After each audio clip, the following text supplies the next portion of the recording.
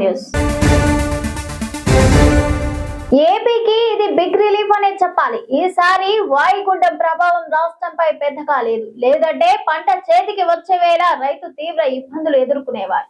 శ్రీలంకకు ఈశాన్యంగా ముల్లాయిట్టవుకు సమీపంలో వాయుగుండం తీరం దాటినట్లు భారత వాతావరణ శాఖ తెలిపింది. తీవ్ర వాయుగుండం బలహీనపడి వాయుగుండంగా మారి పశ్చిమంగా కదులుతూ దక్షిణ తమిళనాడు వైపు పయనిస్తోంది. ఏపీకి ఇది బిగ్ రిలీఫ్ అనే చెప్పాలి. ఈసారి వాయుగుండం ప్రభావం రాష్ట్రంపై పెద్దగా లేదంటే పంట చేతికి వచ్చే వేళ రైతులు తీవ్ర ఇబ్బందులు ఎదుర్కొనేవారు. శ్రీలంకకు ఈశాన్యంగా మల్లాయిట్టివుకు సమీపంలో వాయుగుండం తీరం దాటినట్లు భారత వాతావరణ శాఖ తెలిపింది. తీవ్ర వాయుగుండం బలహీనపడి వాయుగుండంగా మారి పశ్చిమంగా కదులుతూ దక్షిణ తమిళనాడు వైపు పయనిస్తుంది. ఇది తీవ్ర అల్పపీడనం బలహీనపడే అవకాశం ఉంది. దీని ప్రభావంతో తమిళనాడులోని పలు ప్రాంతాల్లో భారీ వర్షాలు కురుస్తున్నాయి.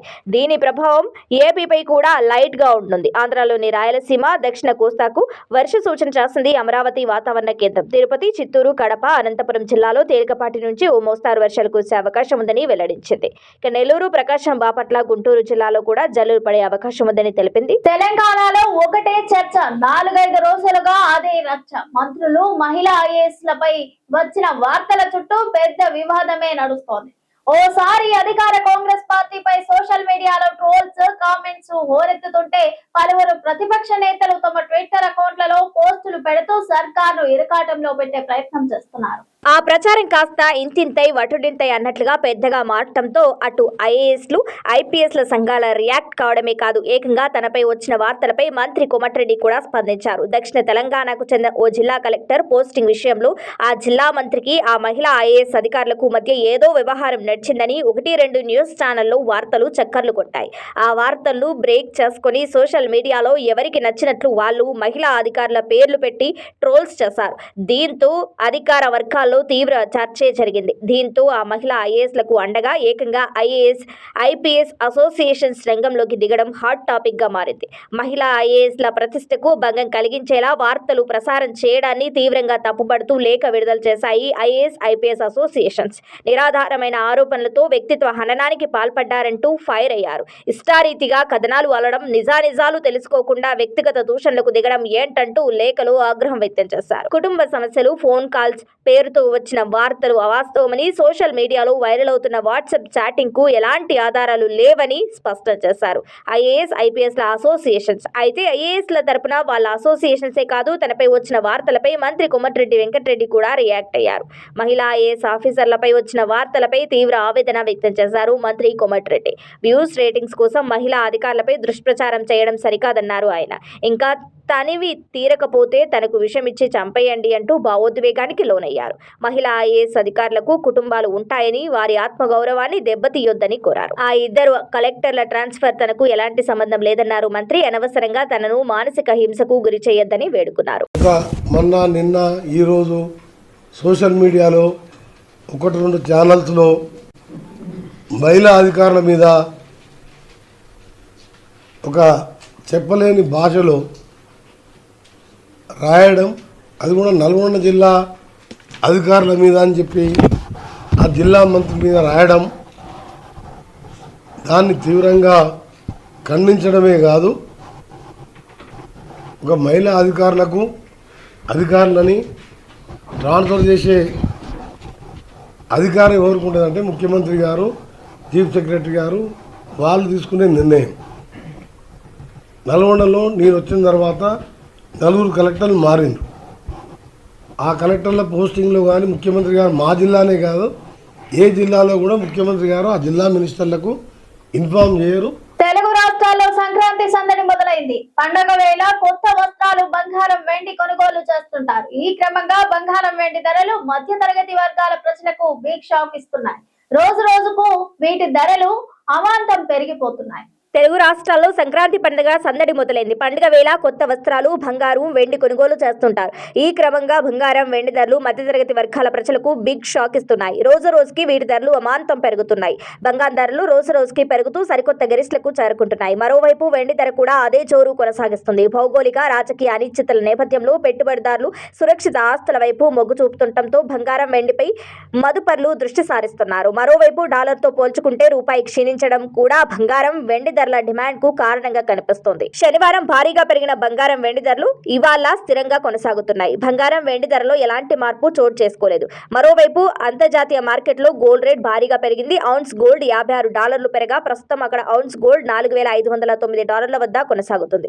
తెలుగు రాష్ట్రాల్లో ఇవాటి ధరలు ఇక హైదరాబాద్, విజయవాడ, విశాఖపట్నంతో పాటు తదితర ప్రాంతాల్లో ఇవాళ బంగారం ధర స్థిరంగా కొనసాగుతుంది. దీంతో హైదరాబాద్, విజయవాడ, విశాఖపట్నంలో 10 గ్రాముల 22 క్యారెట్ల పసిడి ధర 1,28,750 కాగా 24 క్యారెట్ల ధర 1,40,460కి చేరింది.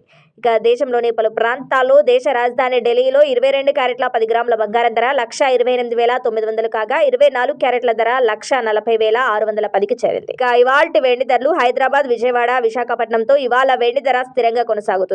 దీంతో ఆయా నగరాల్లో కిలో వెండి 2,75,000 వద్ద చేరింది. ఇక ఢిల్లీ, ముంబై, బెంగళూరు నగరాల్లో కిలో వెండి రేటు 2,60,000 వద్దకు చేరింది. చెన్నైలో కిలో వెండి ధర 2,75,000 వద్ద కొనసాగుతోంది. 2 ఏళ్లుగా రూపాయి కూడా ఇవ్వకుండా పట్టణాలను సంక్షోభంలోకి నెట్టిన కాంగ్రెస్ సర్కార్ ఏ ముఖం పెట్టుకొని ఓట్లు అడుగుతోందని బీఆర్ఎస్ వర్కింగ్ ప్రెసిడెంట్ కేటీఆర్ ప్రశ్నించారు. అధికారం చేపట్టిన 2 ఏళ్లలో పట్టణాలకు నిధులు ఇవ్వని ఏకైక ప్రభుత్వం రేవంత్ రెడ్డిదేనని విమర్శించారు. పట్టణాలకు ఇచ్చిన నిధులు, చేసిన అభివృద్ధిని ప్రజలకు చూపించి ఓట్లు అడగాలని కాంగ్రెస్ నేతలకు సవాల్ విసిరారు. వచ్చే మున్సిపల్ ఎన్నికల్లో ప్రజలు కాంగ్రెస్ కు గట్టిగా బుద్ధి చెప్పాలని హెచ్చరించారు. హైదరాబాద్ లో ఖమ్మం, నిజామాబాద్ ఉమ్మడి జిల్లాల పార్టీ శ్రేణులతో మున్సిపల్ ఎన్నికల సన్నాహక సమావేశం నిర్వహించారు. పురుపోరులో అనుసరించాల్సిన వ్యూహాలపై దిశానిర్దేశం చేశారు. 2 ఏళ్ల కాంగ్రెస్ పాలనపై పట్టణాల్లో పరిపాలన పూర్తిగా పడకేసిందని, పారిశుద్ధం మొదలుకొని ప్రతి అంశంలో పట్టణ ప్రజలు తీవ్ర ఇబ్బందులు ఎదుర్కొంటున్నారని ఆవేదన వ్యక్తం చేశారు. బీఆర్ఎస్ హయాంలో మంజూరైన అభివృద్ధి కార్యక్రమాలకు మరోసారి శిలాఫలకాలు వేయడం తప్పించి కాంగ్రెస్ ప్రభుత్వం చేసిన మంచి పని ఒకటి లేదని కేటీఆర్ విమర్శించారు. కేసీఆర్ ప్రభుత్వం ప్రారంభించిన అనేక మౌలిక వసతుల ప్రాజెక్టులు, రోడ్డు, కమ్యూనిటీ హాళ్లు, మోడల్ మార్కెట్ వంటి ప్రతి ఒక్క కార్యక్రమానికి నిధులు బంద్ చేయడంతో అన్ని కార్యక్రమాలు అర్ధరహితంగా ఆగిపోయాయని ఆవేదన వ్యక్తం చేశారు. ఓవైపు గ్రామీణ ఆర్థిక వ్యవస్థను, వ్యవసాయ రంగాన్ని సంక్షోభంలోకి నెట్టిందని, మరోవైపు పట్టణాలను పడుకోబెట్టి ఏ ముఖం పెట్టుకుని కాంగ్రెస్ పార్టీ ఓట్లు అడుగుతుందని నిలదీశారు.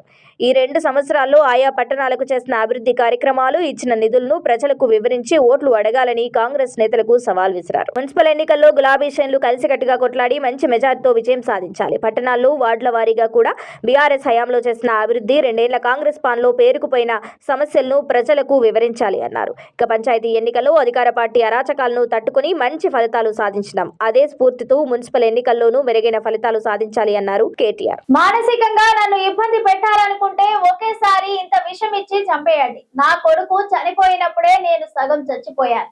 ఇంకా మానసికంగా అవమానించి ఏం సాధిస్తారు? నేను తప్పు చేస్తే దేవుడు శిక్షిస్తాడు అంటూ మంత్రి కోమటిరెడ్డి వెంకటరెడ్డి ఆవేదన వ్యక్తం చేశారు. తెలంగాణ రాష్ట్ర వ్యాప్తంగా ఉష్ణోగ్రతలు దారుణంగా పడిపోయాయి. పలు ప్రాంతాల్లో సింగిల్ డిజిట్ ఉష్ణోగ్రతలు రికార్డయ్యాయి. తెలంగాణ రాష్ట్ర వ్యాప్తంగా ఉష్ణోగ్రతలు దారుణంగా పడిపోయాయి. పలు ప్రాంతాల్లో సింగిల్ డిజిట్ ఉష్ణోగ్రతలు రికార్డయ్యాయి. దీంతో రాష్ట్ర ప్రజలు చలి తీవ్రతకు గజగజ వణికిపోతున్నారు. రాష్ట్రంలో మరో 3 రోజుల పాటు కనిష్ట ఉష్ణోగ్రతలు నమోదవుతాయని వాతావరణ శాఖ అధికారులు హెచ్చరించారు. ఇక శుక్రవారం రాత్రి నుంచి శనివారం ఉదయం వరకు నమోదైన వివరాల ప్రకారం సంగారెడ్డి జిల్లా కోహిర్లో 7.9 డిగ్రీలు, ఆదిలాబాద్ జిల్లా భీంపూర్లో అత్యల్పంగా 7 డిగ్రీల సెల్సియస్ ఉష్ణోగ్రతలు నమోదయ్యాయి. రాష్ట్రంలోని 12 జిల్లాల్లో ఉష్ణోగ్రత 10 డిగ్రీల కంటే తక్కువగా ఉండటం పరిస్థితి తీవ్రతకు అద్దం పడుతుంది. తూర్పు ఆగ్నేయ దిశల నుంచి వీస్తున్న దిగువ స్థాయి గాలుల వల్ల రానున్న రోజుల్లో ఉష్ణోగ్రతలు 11 నుంచి 15 డిగ్రీల మధ్య కొనసాగుతాయని వాతావరణ శాఖ హెచ్చరించింది. సంక్రాంతి పండుగ నేపథ్యంలో హైదరాబాద్ నగర వాసులు పల్లె బాట పట్టారు. 3 రోజులు జరిగే సంక్రాంతి సంబరాలకు పల్లెల్లో ఘనంగా జరుపుకోనున్నారు. స్కూళ్లకు, కళాశాలలకు సెలవులు రావడంతో పాటు పలు కార్యాలయాల్లో సెలవులు రావడంతో ప్రజలు సొంత ఊళ్లకు వెళ్లి సంక్రాంతి పండుగ నిర్వహించుకునేందుకు సిద్ధమయ్యారు. ఏపీ వైపు వెళ్లే వాహనాలు నగరం నుంచి పెద్ద ఎత్తున తరలిస్తుండటంతో ఆదివారం తెల్లవారుజామున పతంగి టోల్ ప్లాజా వద్ద రద్దీ పెరిగింది. దీంతో టోల్ గేట్ సిబ్బంది ఎక్కువ టోల్ బూత్ లను ఓపెన్ చేశారు. కార్లు, ఇతర వాహనాలు నెమ్మదిగా ముందుకు సాగుతున్నాయి. సాయంత్రం 6 గంటల నుంచి ఆదివారం ఉదయం 6 గంటల వరకు 70,000 వాహనాలు ఏపీ వైపు వెళ్లాయని పతంగి టోల్ ప్లాజా సిబ్బంది తెలిపారు. ఇవాళ ఆదివారం కావడంతో రద్దీ మరింత పెరిగే అవకాశం ఉందని అంచనా వేస్తున్నారు. చేస్తున్నారు. సంక్రాంతి పండుగ వేళ ఏపీకి వెళ్లే వాహనాల సంఖ్య ఎక్కువగా ఉంటుంది. బస్సులు, ప్రైవేట్ వాహనాలతో పాటు అధిక శాతం మంది తమ సొంత వాహనాల్లో ఏపీలోని తమ స్వగ్రామాలకు వెళ్తున్నారు. ఈ క్రమంలో వాహనదారులకు ఇబ్బందులు తలెత్తకుండా పతంగి టోల్ ప్లాజా వద్ద వాహనాలకు ఫాస్టింగ్ స్కాన్ వేగంగా జరిగించేలా ఏర్పాట్లు చేశారు. మరోవైపు వాహనాల రద్దీ నేపథ్యంలో పతంగి, క్లోరపహాడ్, చిల్లకల్లు టోల్ ప్లాజాల వద్ద పెట్రోలింగ్ వాహనం, క్రేన్, అంబులెన్స్ అందుబాటులో ఉంచారు. ఇదిలా ఉంటే హైదరాబాద్ నుంచి వెళ్తున్న వాహనాలతో ఏపీలోని నందిగామ వద్ద ట్రాఫిక్ జామ్ ఏర్పడింది. రోడ్డు నిర్మాణ పనులు జరుగుతుండటంతో వై జంక్షన్ వద్ద రాకపోకలకు అంతరాయం కలుగుతుంది. దీంతో వాహనదారులు, ప్రయాణికులు ఇబ్బందులు ఎదుర్కొంటున్నారు. సంక్రాంతి పండుగ కోసం నగరవాసులు పల్లెబాట పట్టడంతో నగరంలోని బస్టాండ్లు, రైల్వే స్టేషన్లు ప్రయాణికులతో కిక్కిరిసిపోతున్నాయి. ఎంజీబీఎస్, జేబీఎస్ బస్టాండ్లతో పాటు దిల్సుఖ్ నగర్, ఎల్బీ నగర్ బస్టాండ్ ప్రాంతాలు ప్రయాణికులతో కిక్కిరిసిపోతున్నాయి. ప్రయాణికుల రద్దీ నేపథ్యంలో ఆర్టీసీ ప్రత్యేక బస్సులను నడుపుతుంది. మరోవైపు దక్షిణ మధ్య రైల్వే సైతం స్పెషల్ రైళ్లను అందుబాటులోకి తీసుకొచ్చింది.